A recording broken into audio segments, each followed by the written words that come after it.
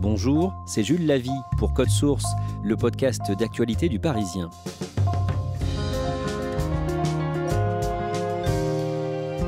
Connaissez-vous précisément l'histoire de la communauté complotiste américaine QAnon ? Celles et ceux qui font partie de QAnon croient lutter contre un complot mondial de pédophiles satanistes. Plusieurs de ses membres ont participé à l'attaque du Capitole à Washington le mercredi 6 janvier, à la suite de quoi Twitter a supprimé 70 000 comptes liés à cette mouvance.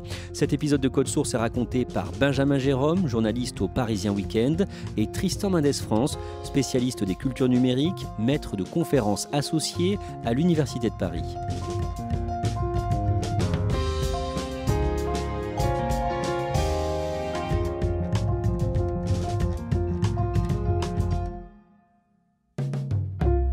Benjamin Jérôme, tout commence en 2017 sur un site internet, 4chan.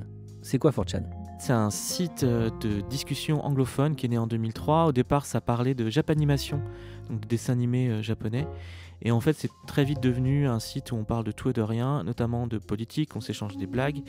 Et c'est devenu aussi un petit peu les poubelles d'Internet, avec des propos racistes, fascistes, enfin le pire de ce qu'on peut voir sur Internet. Tristan Mendès France, sur 4chan, il y a de tout, et il y a aussi, à ce moment-là, quelques individus qui postent des messages en prétendant être particulièrement bien informés. Oui, ça s'appelle du LARPing, c'est quelque chose d'assez traditionnel sur le forum 4chan. C'est des individus qui, effectivement, se font passer pour des personnes qui auraient des informations et qui seraient haut placées dans l'administration. C'est devenu une sorte de jeu de rôle classique. Les gens, d'ailleurs, se prennent pas au sérieux et ils sont pas pris au sérieux en général. Mais c'est dans ce type d'activité qu'est apparu le fameux profil Q.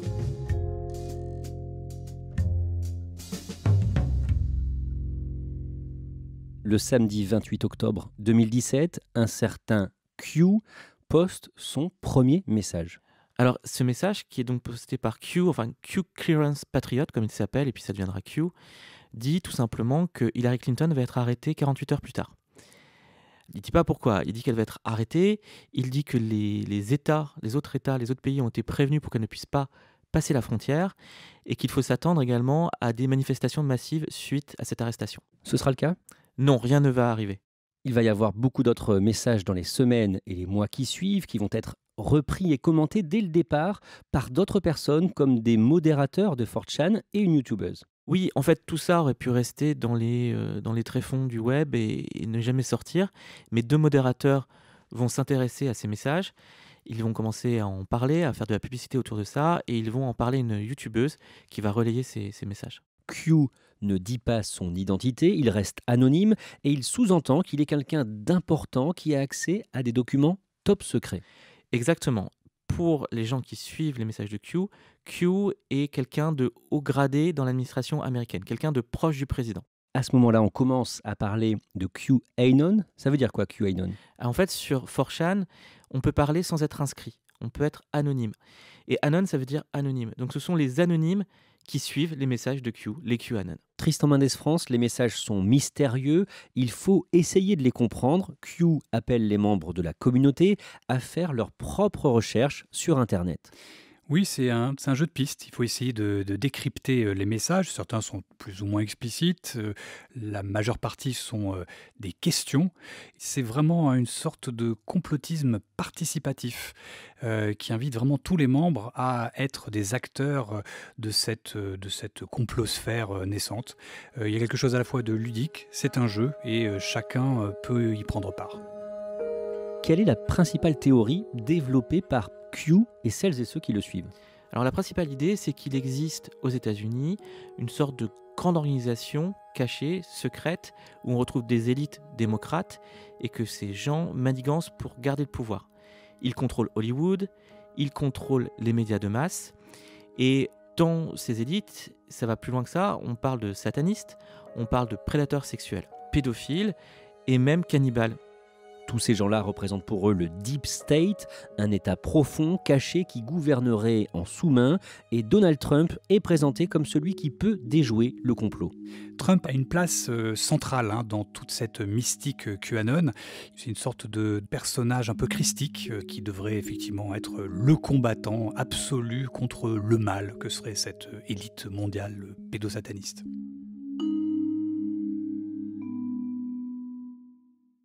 Tristan Mendes France, la communauté QAnon reprend aussi d'anciennes théories du complot comme le Pizzagate. Rappelez-nous précisément ce que c'était.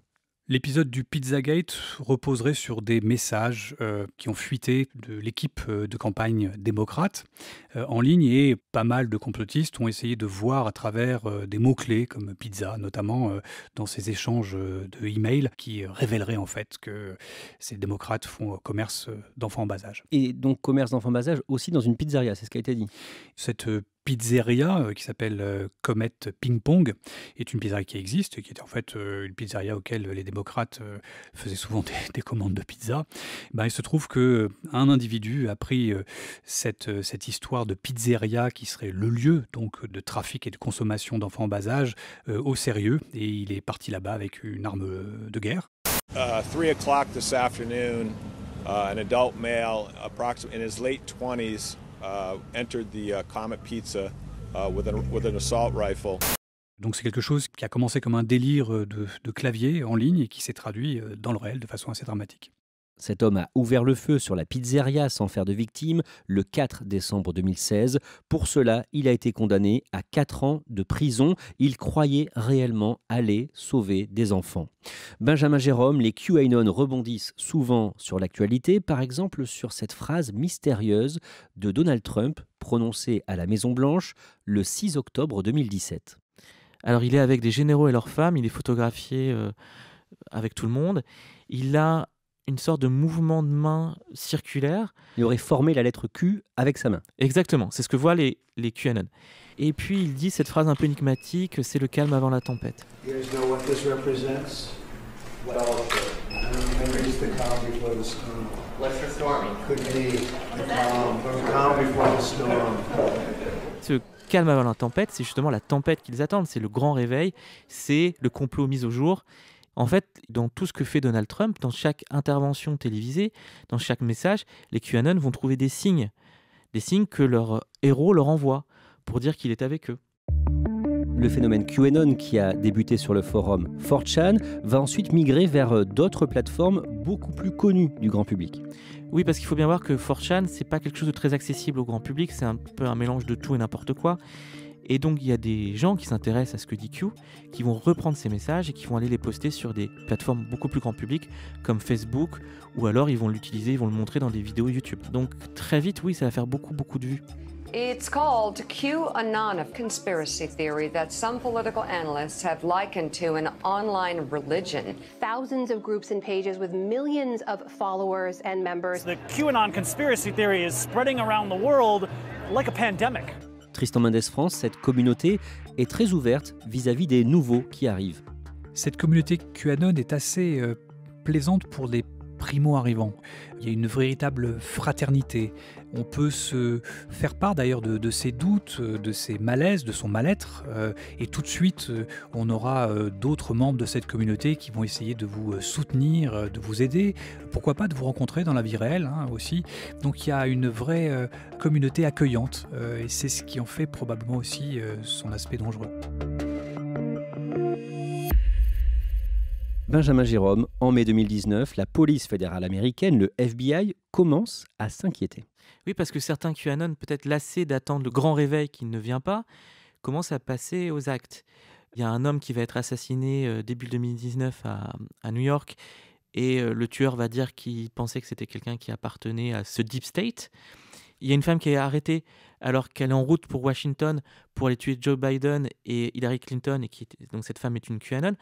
Et donc le FBI va faire un rapport où il parle d'une potentielle menace terroriste intérieure.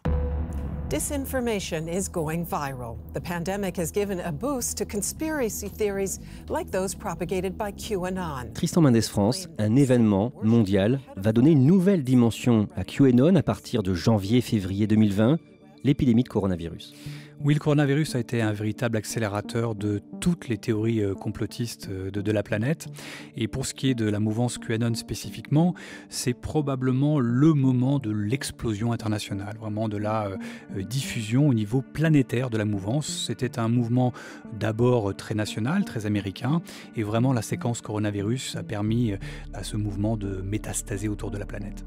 Toujours en 2020, en juin, des groupes QAnon lancent une campagne sur Internet baptisée Save the Children, Sauver les enfants. The fact that you guys are attacking us and making us look like we're crazy when we're just trying to save some children pisses me off. Racontez-nous cet épisode.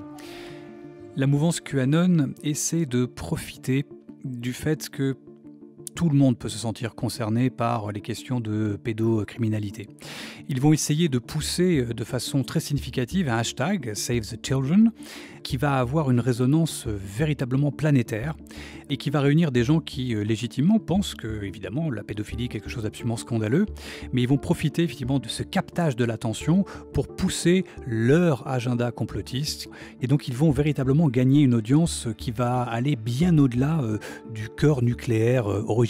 Des mères de famille, évidemment, qui peuvent être concernées particulièrement par cette question de la pédocriminalité. On parle effectivement des QAnon moms ou des mères QAnon, si on veut, qui, elles, vont être des relais, malheureusement, assez significatifs de cette mouvance. Le mercredi 19 août, Benjamin Jérôme, en pleine campagne pour la présidentielle américaine du 3 novembre, Donald Trump est interrogé par une journaliste sur le cœur de la théorie de QAnon. Oui, alors il est en conférence de presse, effectivement, on lui dit « mais alors QAnon ?» Et lui, il dit « je ne sais pas, non, je ne connais pas ces gens, je n'en sais rien. » Well, I don't know much about the movement other than I understand they like me very much. Il dit juste « je sais que ce sont des gens qui aiment les États-Unis, qui aiment l'Amérique, et moi ça me va très bien. » I've heard these are people that love our country and they just don't like seeing it. La journaliste le relance en disant « mais quand même, monsieur le président, ces gens font de vous le héros de leur théorie. » Donald Trump a cette réponse où il dit écoutez, moi, si on me demande de sauver l'Amérique, je le ferai avec plaisir. If I can help save the world from problems, I'm willing to do it. I'm willing to put myself out there. Il dit que c'est ce qu'il est en train de faire. We're saving the world from a radical left philosophy.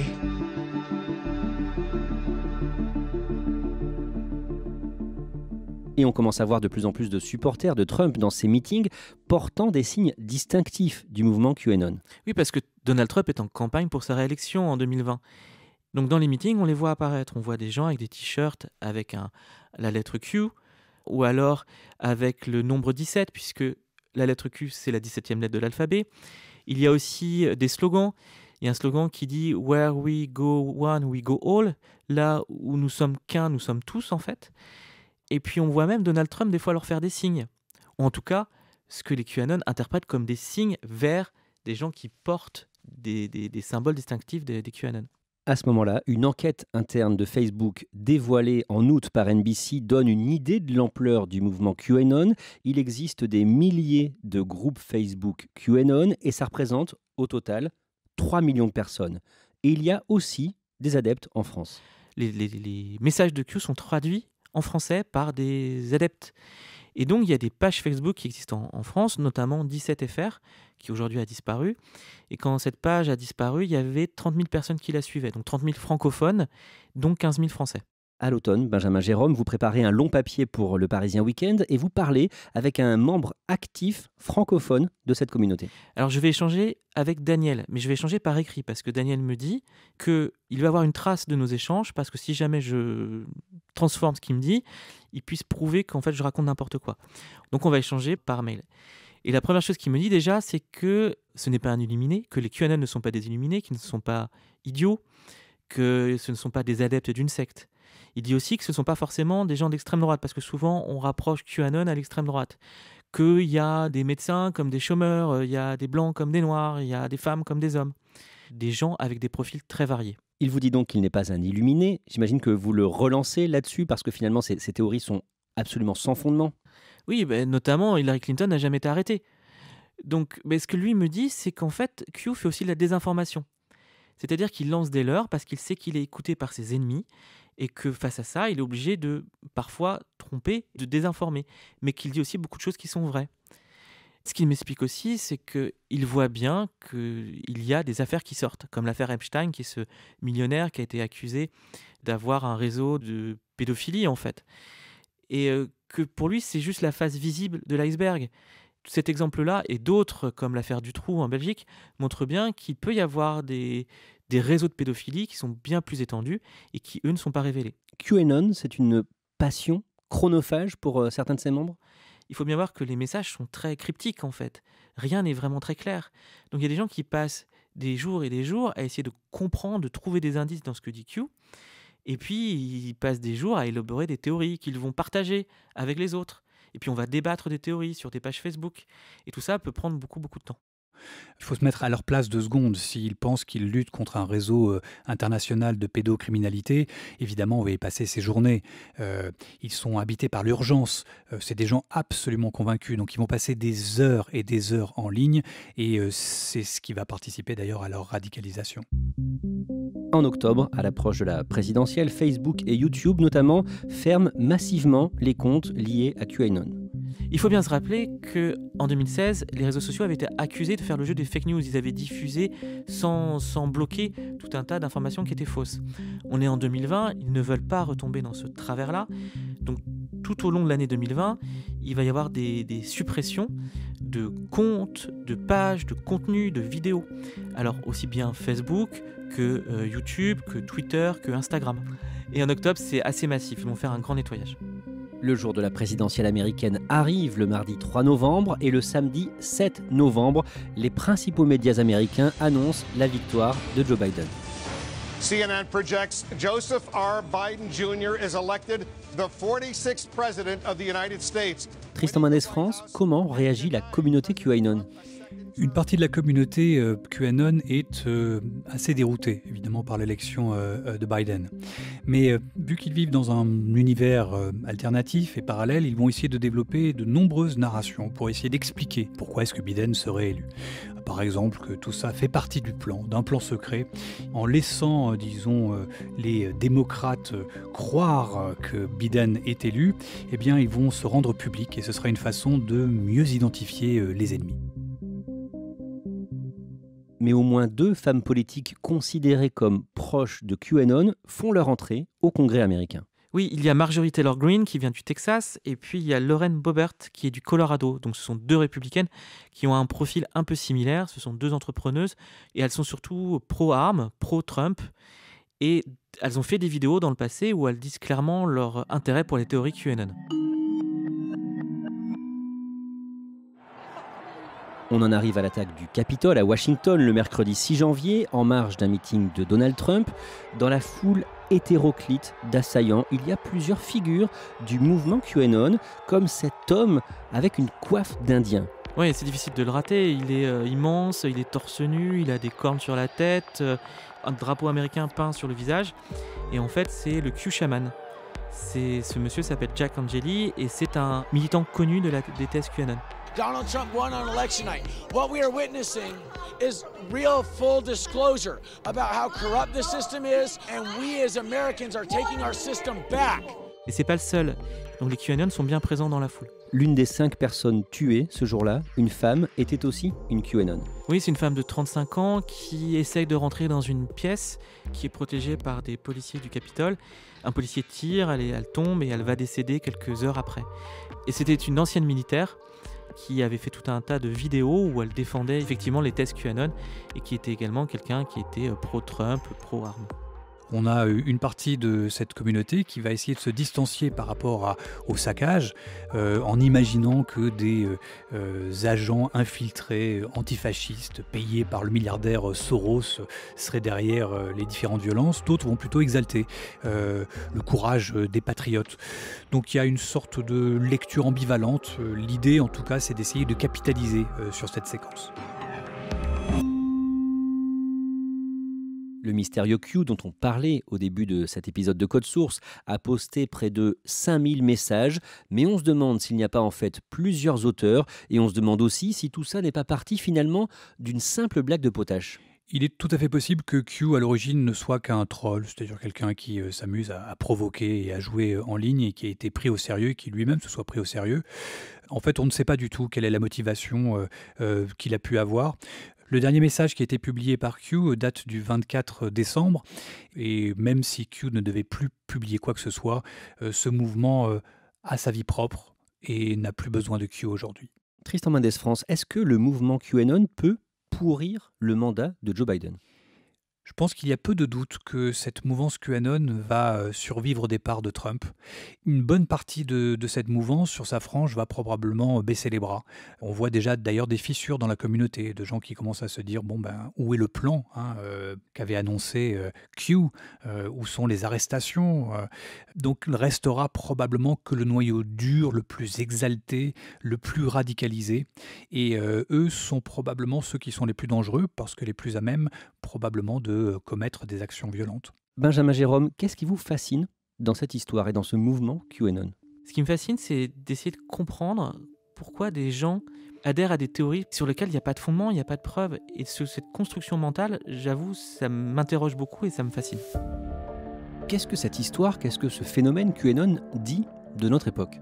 Je pense qu'elle est le marqueur d'une société qui est déstabilisée par les crises économiques, par cette pandémie, et qui cherche à trouver ou à donner un sens, notamment en allant sur Internet, et sur les réseaux sociaux particulièrement. Mais c'est aussi clairement une maladie de la démocratie. Ces individus qui remettent en cause toute parole d'expertise, d'autorité, de consensus qu'on a autour des faits, le consensus scientifique. Donc c'est vraiment un cancer de nos sociétés. En préparant cet épisode, j'ai été frappé par un reportage de CNN où on voit un homme qui a consacré 2 ans de sa vie à QAnon avant de se rendre compte qu'il s'agissait en fait d'un grand n'importe quoi. Comment parler à ces gens-là? Comment leur permettre de sortir de ce délire? Faire revenir quelqu'un de cette mouvance, c'est probablement quelque chose d'extrêmement complexe. Ça relève probablement de quelque chose d'aussi compliqué que de faire sortir quelqu'un d'une secte. Donc, je dois dire que je suis assez inquiet et plutôt pessimiste sur le fait qu'on puisse faire sortir des gens qui basculent vraiment de façon très profonde dans cette mouvance radicale QAnon.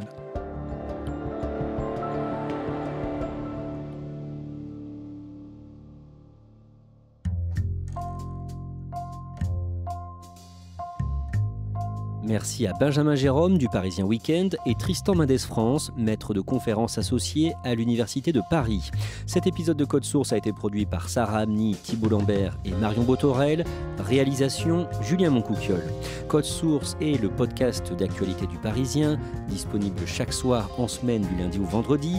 Pour ne rater aucun épisode, abonnez-vous sur Apple Podcast ou Google Podcast par exemple. Et puis si vous aimez Code Source, dites-le nous en laissant des petites étoiles ou un commentaire sur votre appli préférée.